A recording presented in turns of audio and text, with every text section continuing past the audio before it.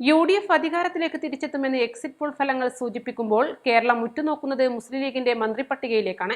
5 മന്ത്രിസ്ഥാനങ്ങൾ ലീഗിന് ലഭിക്കുമെന്നുറപ്പുള്ള സാഹചര്യത്തിൽ ഏറനാടിന്റെ ജനപ്രിയ നായകൻ PK ബഷീർ മന്ത്രിയാകുമോ എന്ന ചർച്ചകൾക്ക് ചൂട് പിടിക്കുന്നു. 2011 മുതൽ ഏറനാടിന്റെ ശബ്ദമായി നിയമസഭയിലുള്ള PK ബഷീർ തന്റെ 4ാം ഊഴത്തിലും വൻ ഭൂരിപക്ഷത്തോടെ വിജയിക്കുമെന്ന ആത്മവിശ്വാസത്തിലാണ് UDF ക്യാമ്പ്. ഇതിൽ PK Kunhalikutty, N Shamsuddin, AKM Ashraf, Abid Hussain തങ്ങൾക്കുമൊപ്പം ബഷീറിന്റെ പേരും സജീവമായി ഉയർന്നു കേൾക്കുന്നുണ്ട്. തുടർച്ചയായി 4ാം തവണയും നിയമസഭയിൽ എത്തുന്നു എന്നത് ബഷീറിന് മുൻഗണന നൽകുന്നു. ലീഗിന്റെ സമുന്നത നേതാവായിരുന്ന P സീതി ഹാജിയുടെ മകൻ എന്ന നിലയിലും പിതാവിന് ലഭിക്കാതെ പോയ മന്ത്രിപദവി ബഷീറിലൂടെ ഏറനാട്ടിൽ എത്തണമെന്ന് അണികൾ ആഗ്രഹിക്കുന്നു.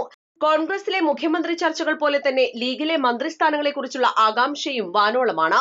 മത്സരിച്ച 27 സീറ്റുകളിൽ 21-ലധികം സീറ്റുകൾ ലഭിക്കുമെന്ന ലീഗിന്റെ കണക്കുകൂട്ടലുകൾ ശരിയായാൽ വരാനിരിക്കുന്ന മന്ത്രിസഭയിൽ PK ബഷീർ ഒരു നിർണായക സാന്നിധ്യമാകാൻ സാധ്യതയേറെയാണ്.